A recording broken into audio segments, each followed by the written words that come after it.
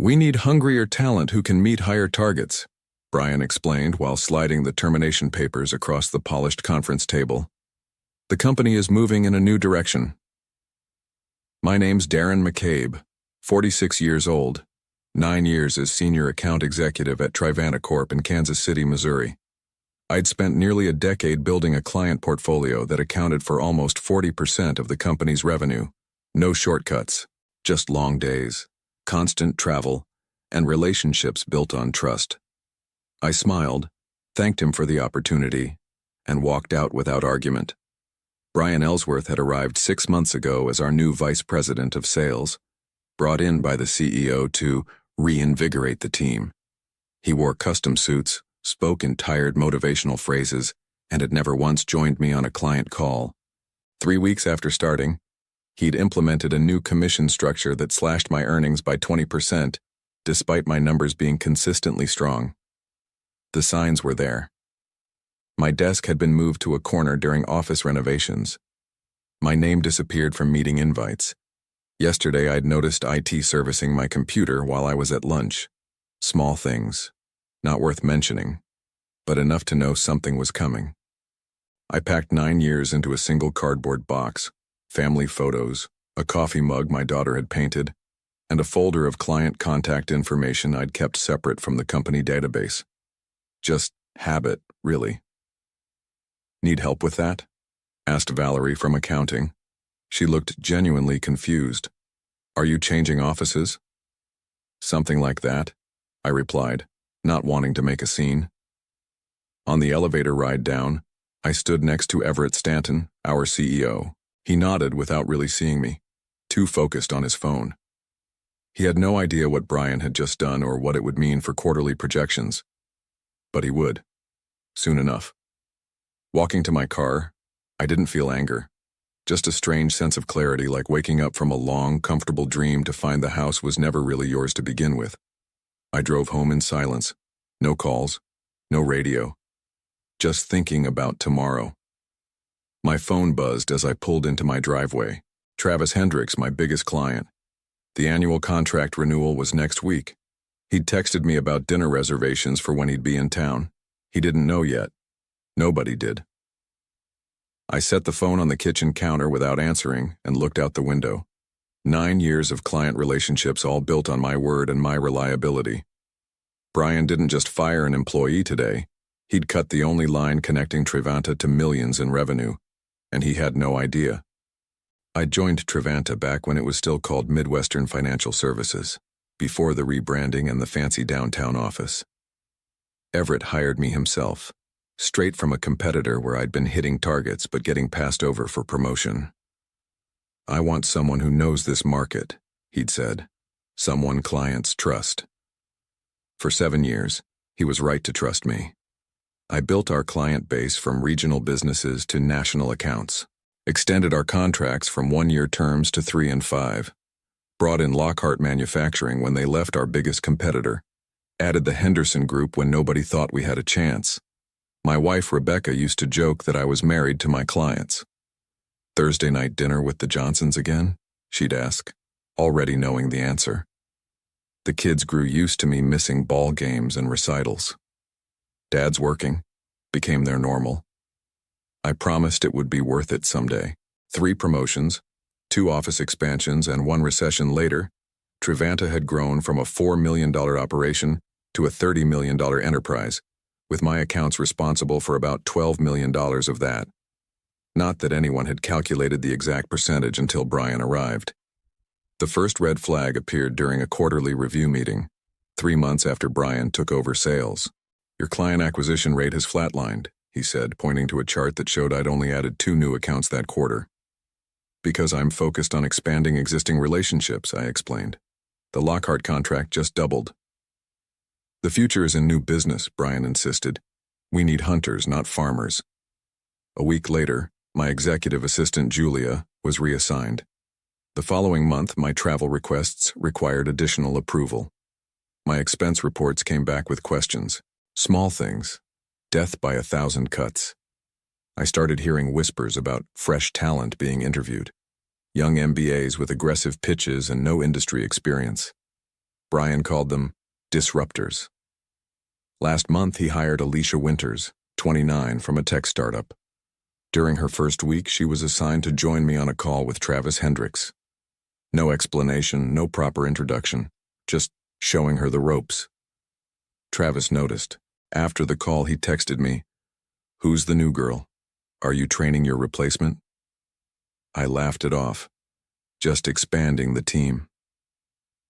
But driving home that night, I felt something shift in my gut, the kind of certainty that comes from years of reading boardrooms and client faces. Something wasn't right.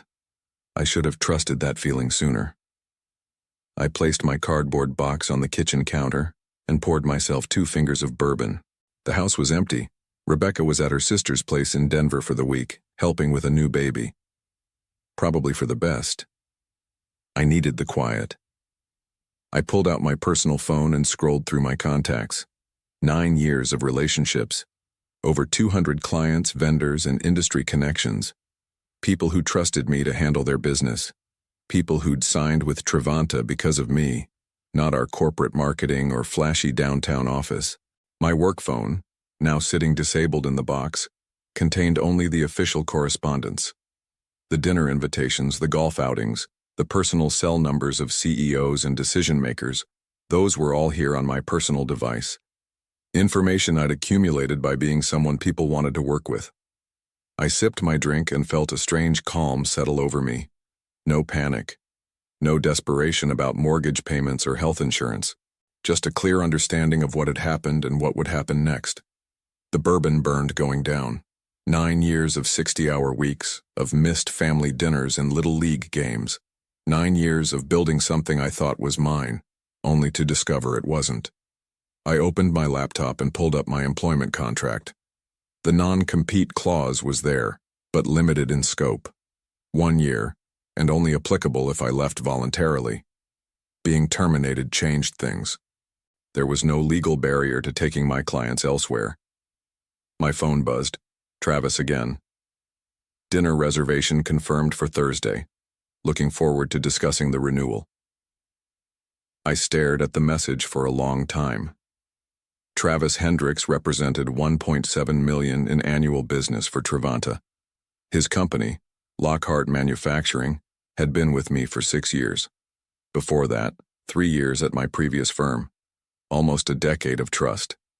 And he wasn't alone.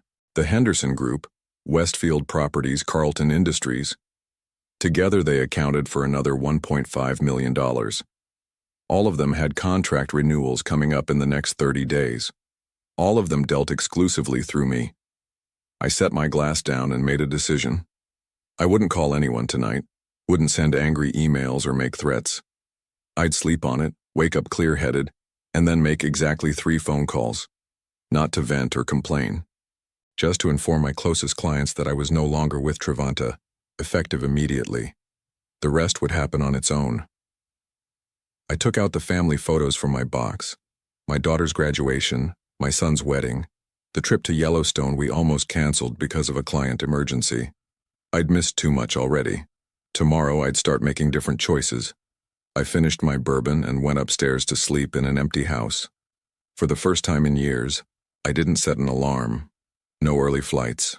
No quarterly projections to review before dawn. Just the calm certainty that Brian Ellsworth had made a catastrophic mistake, and I didn't need to do anything but step aside and let it unfold. I made my 3 calls the next morning. No dramatics, just facts. Travis, I'm no longer with Trivanta as of yesterday. Wanted you to hear it from me directly. His response was immediate. What happened? Who's handling our account now? Brian Ellsworth will probably reach out, or maybe Alicia Winters. A long pause. The girl from the meeting, she doesn't know our business. That's all I can tell you, the rest is your decision. Similar conversations with James Henderson and Peter Carlton. No suggestions, no recruitment pitch, just information, delivered with the same reliability they'd come to expect from me. By noon, my personal phone was buzzing constantly. Other clients had heard. The industry was small that way. At 2 p.m., Everett Stanton called. I let it go to voicemail. Darren, this is Everett. We need to talk about your transition. Several clients are expressing concerns. Please call me back immediately. I didn't. Instead, I drove downtown to meet with Lawrence Finch, an attorney who specialized in employment law. I'd helped his son-in-law secure financing for a restaurant 3 years ago. He owed me a favor.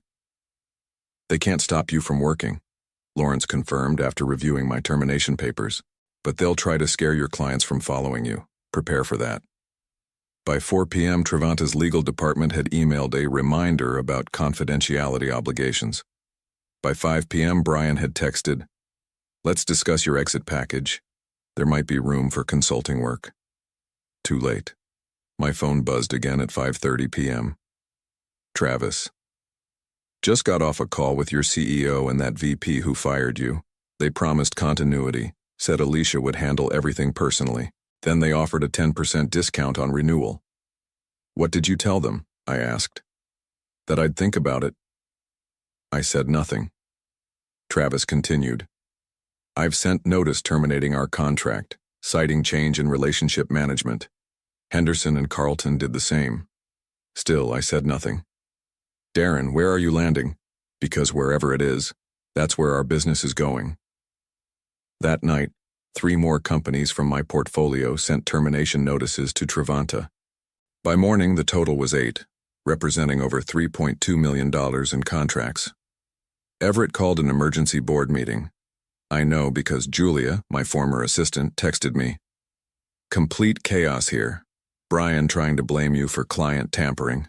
CEO asking why nobody saw this coming." My phone rang again, a number I didn't recognize. "Darren McCabe," I answered.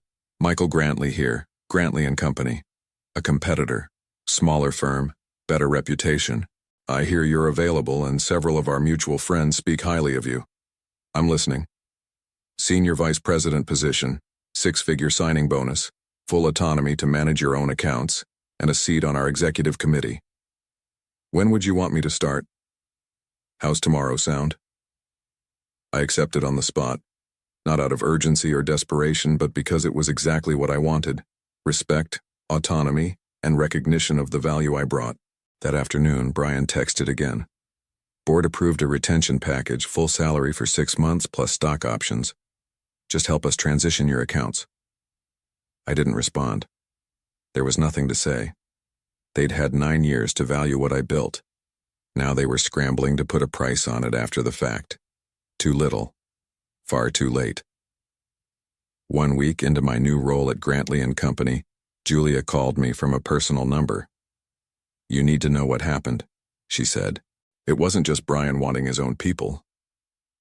I sat in my new corner office, larger than the one at Travanta, and listened as 9 years of history reshuffled into a clearer picture. "They were planning to sell the firm," Julia explained.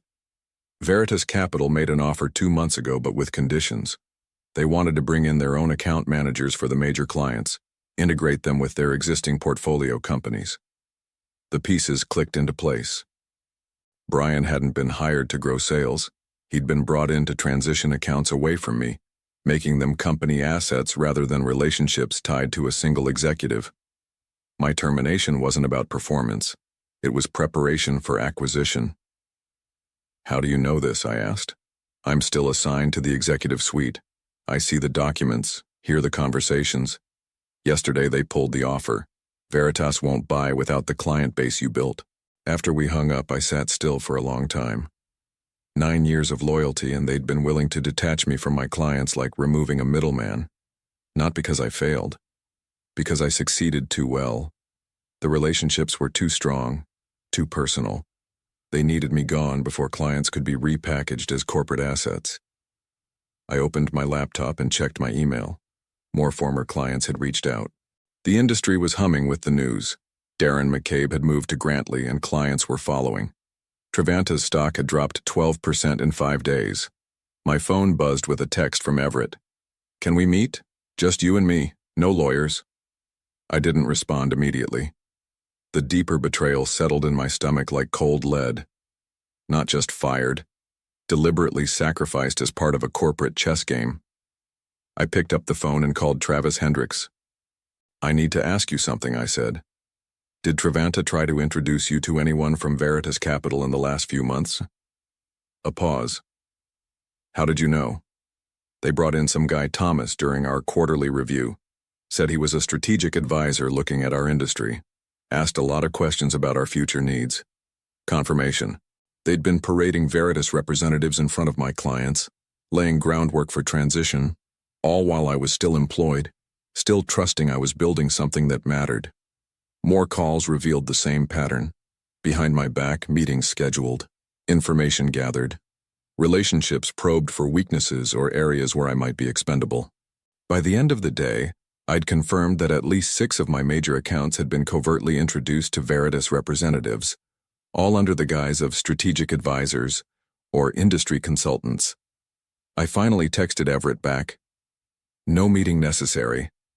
I understand the Veritas situation completely. His response came quickly. It was a business decision, Darren, nothing personal. But it was personal. 9 years of building relationships, of knowing clients' kids' names and their vacation spots, of answering calls on weekends and holidays, all reduced to an impediment for corporate transaction. I closed my laptop and looked out at the Kansas City skyline from my new office. The view was different here, clearer somehow. Grantley had already signed contracts with 11 of my former clients, representing nearly $5 million in annual revenue, and more were coming. Not because I was recruiting them, but because in this business, trust followed people, not logos or corporate strategies. Trevanta hadn't just lost a salesman, they'd lost the foundation their growth was built upon, and they still didn't fully understand why.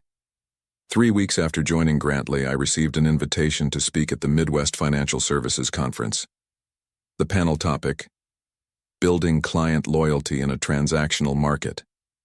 The irony wasn't lost on me. I accepted, not for ego or exposure, but because I knew who would be in that audience: industry peers, potential clients, and, most importantly, Trevanta's remaining leadership team. Everett never missed this conference. Neither did the board members. Meanwhile, Grantley had given me resources Trevanta never offered: 2 dedicated analysts, marketing support, and most crucially, equity partnership. Every client I brought in wasn't just commission, it was building something I partially owned. I spent a month preparing for the conference, not with flashy slides or rehearsed anecdotes, but with data.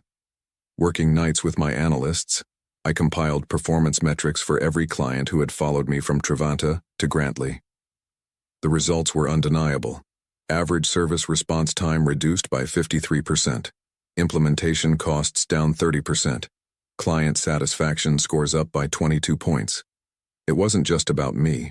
It was about proving what happened when companies valued relationships over transactions. The morning of the conference, I reviewed my notes one last time.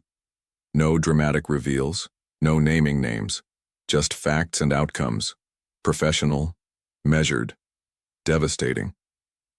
As I walked into the hotel ballroom, I spotted Everett immediately, huddled with 2 board members near the coffee station. His face tightened when he saw me. I nodded politely and moved on. The panel discussion began with standard questions about market trends and technological disruption. When my turn came, I spoke plainly about what clients truly valued. In an age where everything is automated and digitized, personal accountability has become the rarest commodity, I said. Companies often mistake client relationships for company assets. They aren't. They're trust agreements between individuals that need constant reinforcement. I presented my data without mentioning Trevanta by name, just case studies of clients who had switched firms and seen immediate improvements. The lesson isn't about retention packages or contractual obligations, I concluded. It's about understanding that when you treat relationship managers as interchangeable parts, clients will show you exactly how wrong that assumption is. During the Q&A, an audience member, a young analyst I didn't recognize, asked the question everyone was thinking. Isn't your recent move from Trevanta to Grantley, along with several major clients, exactly the scenario companies fear when they consider how much autonomy to give relationship managers? The room went silent. I could feel Everett's eyes boring into me from across the room. That's a fair question, I replied. But consider the alternative. Trevanta lost those clients not because I took them, but because they failed to understand what those clients actually valued. No one followed me out of personal loyalty alone. They followed because their needs were consistently better met through my approach to service, an approach my former employer decided was no longer aligned with their direction. I paused, making brief eye contact with Everett. Every company has the right to change direction, and every client has the right to decide if that new direction serves their interests. The market is brutally efficient that way. After the panel, 3 more former Trevanta clients approached me. By the end of the conference, Grantley had signed letters of intent with 5 new accounts, representing another $2.7 million in annual revenue. That evening, I checked the financial news. Trevanta had announced a restructuring. Brian Ellsworth was pursuing other opportunities. The Veritas acquisition was officially dead. Their stock had fallen another 8%. I closed my laptop without a trace of satisfaction or triumph, just the quiet certainty that comes from being proven right in the most definitive way possible, by the market itself. The lesson had been delivered. Whether they would learn from it was no longer my concern. 6 months after my termination, I stood in Grantley's largest conference room, surrounded by my team and the company's leadership. On the screen behind me, a single slide displayed our quarterly results. $8.4 million in new business, 70% from former Trevanta clients. Michael Grantley himself raised a glass. To the best acquisition we've ever made, and we didn't even have to buy a company to get it. Polite laughter rippled through the room. I smiled but didn't join in. This wasn't about celebration for me. It was about validation. My phone buzzed with a news alert. Trevanta Corp announces CEO transition. Everett Stanton steps down amid continued revenue challenges. I slipped the phone back into my pocket without showing anyone. Some victories don't need an audience.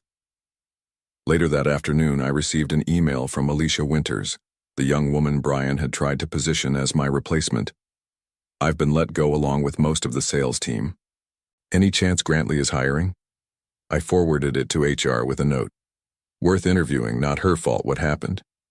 As I was leaving the office, my assistant handed me an envelope that had been couriered over. Inside was a handwritten note from Everett Stanton. You were right. I put transaction above relationship. Cost the company everything. If you're ever willing to have coffee, I'd appreciate the chance to apologize in person. I folded the note and placed it in my jacket pocket. Maybe someday. Not yet. That evening, driving home, I passed Trevanta's building. The sign was being removed from the facade. The local business journal had reported they were downsizing to a smaller office in the suburbs. I didn't slow down, didn't take a photo, just drove on, eyes forward toward the life I was building on my own terms. 1 year to the day after Brian had slid those termination papers across the conference table, I signed the final documents making me a full partner at Grantley & Company. The firm had grown 34% since my arrival. My client portfolio now represented nearly $20 million in annual revenue.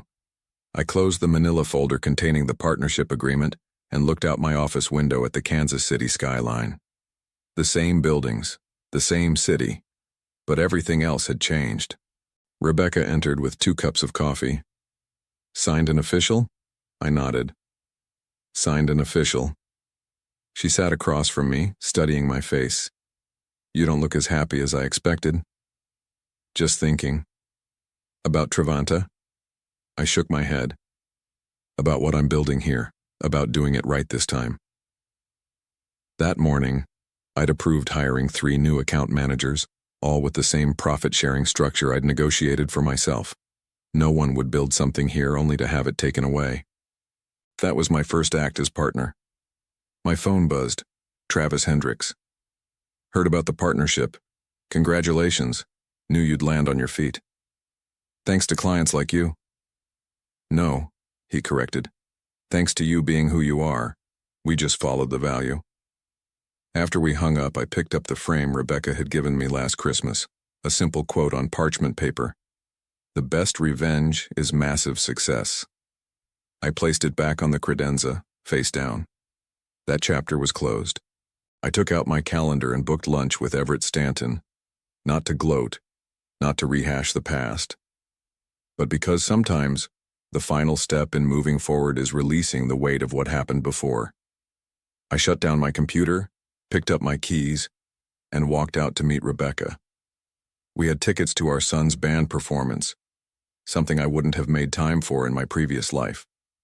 Some losses clear the way for better victories. Some fires burn away what needs to go. I'd never been more certain of that than I was today.